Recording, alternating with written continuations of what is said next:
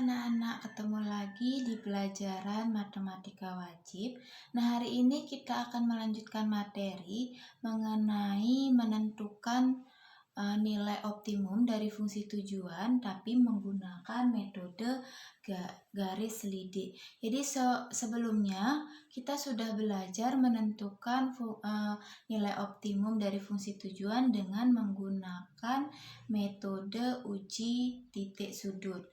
Nah, sekarang kita akan belajar dengan metode garis lidik.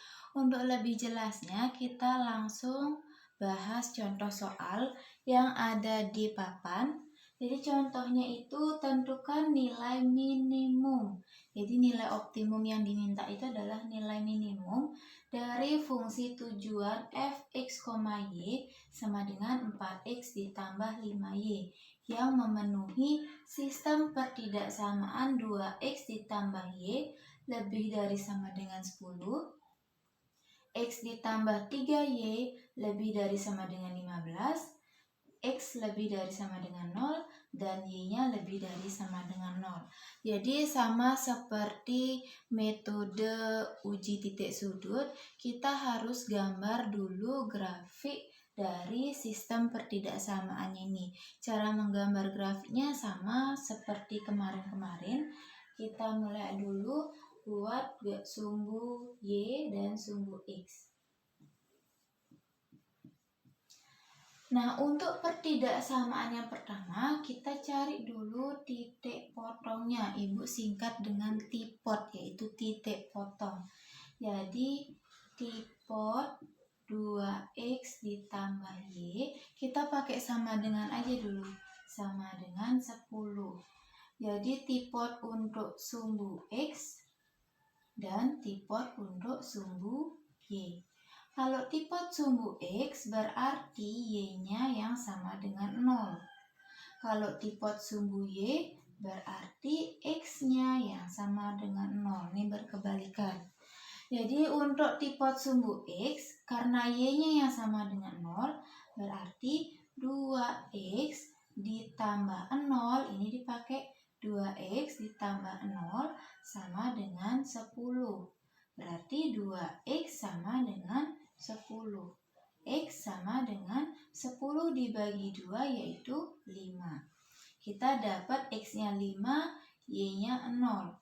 Berarti titiknya adalah 5,0. Ini untuk sumbu x.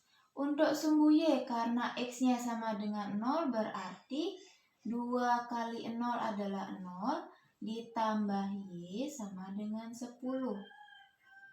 Y sama dengan 10. Kita dapat y-nya sama dengan 10. Berarti titiknya adalah 0,10. Kita sudah dapat tipot sumbu x 5,0, tipot sumbu y 0,10. Kita masuk ke grafik. 5,0 berarti 1, 2, anggap di sini ya, 3, 4, 5. Terus 5,0 berarti di sini. Terus tipot sumbu y-nya 0,10. Anggap ya di sini 10-nya. Berarti kita tinggal tarik garis. Nah, tinggal tarik garis yang melalui titik potongnya ini.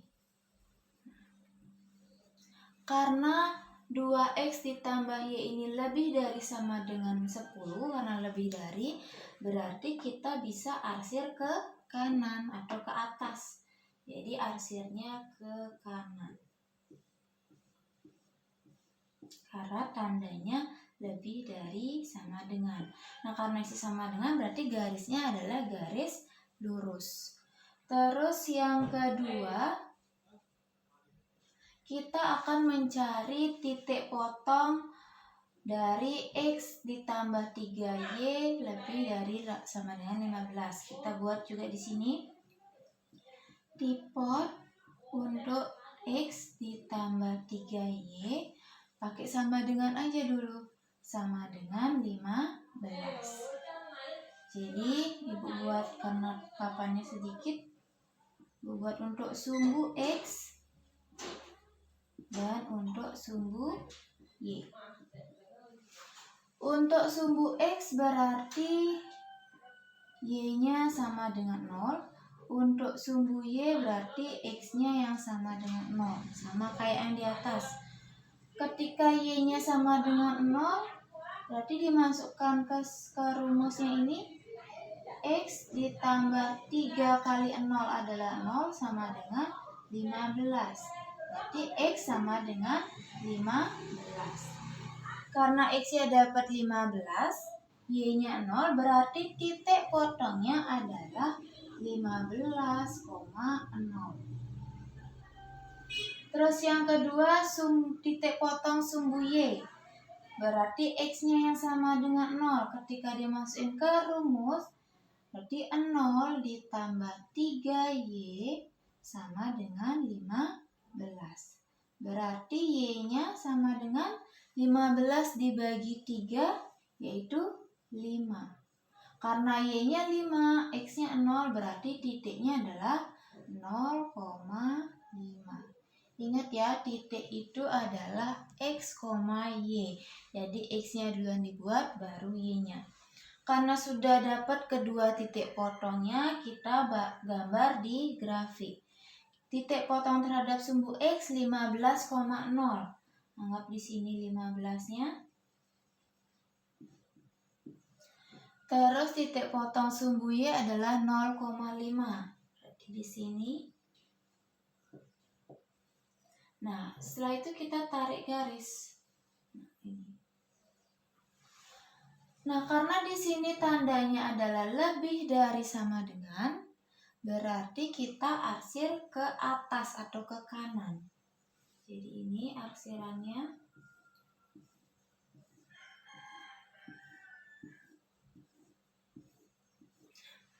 Ini untuk pertidaksamaan yang kedua.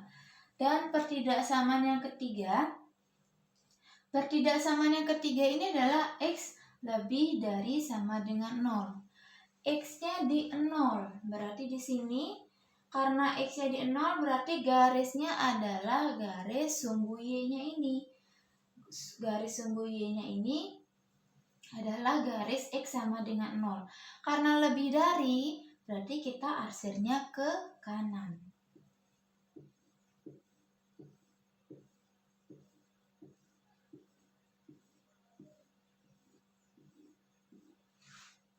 Terus pertidaksamaan yang keempat yaitu Y lebih dari sama dengan 0. Y lebih dari sama dengan 0 artinya garis Y sama dengan 0, yaitu garis sumbu X-nya ini. Garis sumbu X-nya karena tandanya lebih dari, berarti kita arsir ke atas. Kita arsir ke atas ini di sumbu X-nya. Nah, ini kan Ibu pakai arsir yang benar. Berarti kita harus mencari daerah penyelesaiannya itu di daerah yang kena keempat arsirannya itu. Perhatikan kira-kira di mana daerah yang dikenai dengan 4 arsiran. Yaitu ini ya. Jadi di sini DP-nya daerah penyelesaiannya. Ini daerah penyelesaian dari sistem pertidaksamaannya ini adalah di atas sumbu X, di kanan sumbu Y. Nah, ini. Nah, karena kita sudah membuat grafiknya, Ibu sudah memperbaiki grafiknya menjadi lebih rapi. Jadi Ibu buat arsiran di daerah penyelesaiannya aja. Tadi kan daerah penyelesaiannya adalah di sini, di sebelah kanan sumbu Y, di atas sumbu X, dan di atas garis-garisnya ini. Ini adalah daerah penyelesaian dari pertidaksamaan yang sudah kita cari tadi. Nah, sekarang coba perhatikan grafiknya ini. Di grafik ini ada dua garis yang saling berpotongan, yaitu berpotongan di titik ini. Kita harus cari tahu garis titik ini nih, titiknya berapa. Kenapa kita perlu cari tahu? Karena daerah penyelesaiannya ini sekitarannya itu salah satunya adalah titiknya ini. Jadi selain ada titik 15,0 dan 0,10 ada juga titik potong dari dua garisnya ini. Kita harus cari tahu berapa titik potong antara dua garisnya ini. Nah, cara untuk mencari titik potongnya tinggal eliminasi dan substitusi. Jadi, ketidaksamaan yang pertama dan yang kedua kita eliminasi. Jadi, eliminasi 2x ditambah y, kita ubah jadi persamaan, jadinya sama dengan 10. Terus x ditambah 3y sama dengan 15. Sekarang terserah kalian mau mengeliminasi x atau mengeliminasi y-nya. Nah, karena Ibu di sini pilih mengeliminasi x, berarti di persamaan kedua Ibu kalikan 2 semuanya. Di persamaan 1 kalikan 1. Berarti kita dapatkan hasilnya 2x ditambah y sama dengan 10. Terus yang persamaan kedua semuanya dikalikan 2. 2x ditambah 6y sama dengan 30. Dikurang, dihabis, y dikurang 6y min 5y sama dengan 10 dikurang 30 min 20. Berarti y-nya sama dengan min 20 dibagi min 5 yaitu 4. Jadi kita dapat y-nya itu sama dengan 4. Setelah ketemu y-nya, kita cari nilai x-nya dengan cara substitusi. Jadi untuk substitusinya boleh ke persamaan 1, boleh ke persamaan 2. Bebas saja. Ibu pilih persamaan 1 yaitu 2x ditambah y sama dengan 10. Berarti 2x ditambah y-nya ganti pakai 4. Berarti 4 sama dengan 10. 2x sama dengan 10 dikurang 4. 2x sama dengan 6. X sama dengan 6 dibagi 2 yaitu 3. Kita dapat nilai X-nya 3. Berarti titik potong antara dua garisnya ini adalah 3,4. Jadi di sini titik potongnya adalah 3,4. Jadi di sekitaran daerah penyelesaian ini ada titik 15,0, 3,4 dan 0,10. Kita dapat titik potong di antara dua garisnya ini, kita sekarang menentukan nilai minimumnya menggunakan metode garis selidik. Cara menggunakan metode garis selidik, lihat dulu fungsi tujuannya apa. Ini fungsi tujuannya adalah 4x ditambah 5y. Kita lukis dulu, jadi kita buat dulu garis selidiknya. Garis selidiknya ini dibuat dengan cara fungsi tujuannya, yaitu 4x ditambah 5y sama dengan, sama dengannya tinggal kalikan 4 kali 5. 4 kali 5 yaitu 20. Jadi kita gambar persamaannya ini 4x ditambah 5y sama dengan 20 di grafiknya ini. Jadi gampang ya caranya gambar. Jadi 4x berarti 4-nya di y. Kan kemarin kita bisa pakai cara yang kali silang itu. Karena ini 4x berarti 4-nya ada di y. Nah ini 4x. Terus 5y berarti 5-nya ada di x. Di sini kita tarik garis nih. Tarik garis. Inilah yang dinamakan garis selidik. Jadi fungsi tujuannya kita gunakan sebagai garis lidiknya. Nah, bagaimana caranya menentukan nilai minimum melalui garis lidik? Perhatikan, kalian perlu penggaris. Kalian buat, nah ini kan garis lidiknya. Garis lidiknya udah lurus ya. Untuk mencari nilai minimumnya, kalian harus buat garis yang sejajar dengan garis lidik ini, tapi melalui titik-titik yang ada di daerah sekitar daerah penyelesaian.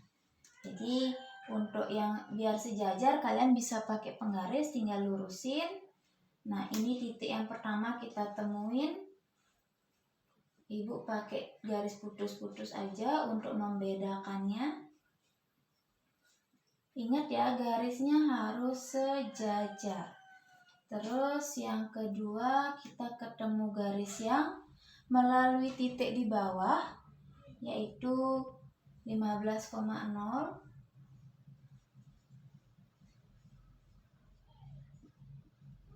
Nah, ini. Terus selanjutnya kita ketemu garis yang ketiga melalui 10,0.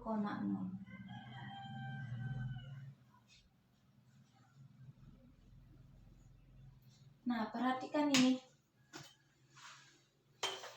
Yang garis putus-putus ini adalah garis yang sejajar dengan garis lidik dan melalui titik-titik yang ada di sekitar daerah penyelesaiannya.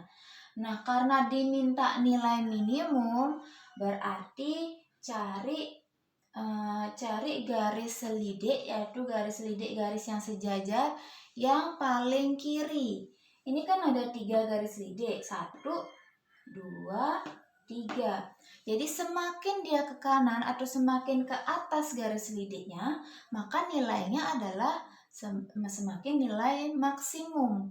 Jadi semakin ke kiri garis lidiknya, itu adalah nilai minimum. Jadi karena di sini diminta nilai minimum, garis lidik yang kita gunakan adalah garis yang paling kiri, yaitu garis ini, garis yang melalui titik 3,4. Kalau ditanya nilai maksimum, berarti kita pakai garis yang melalui 0,10 ini, garis yang paling kanan. Mengerti? Jadi di sini Ibu tulis catatannya, semakin ke kanan atau ke atas garis lidiknya,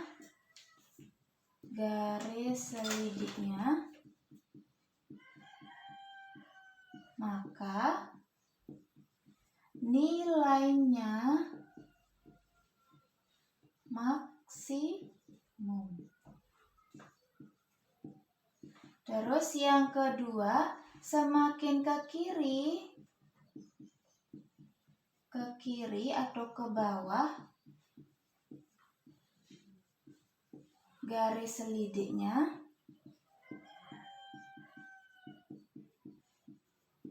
maka nilainya itu adalah minimum.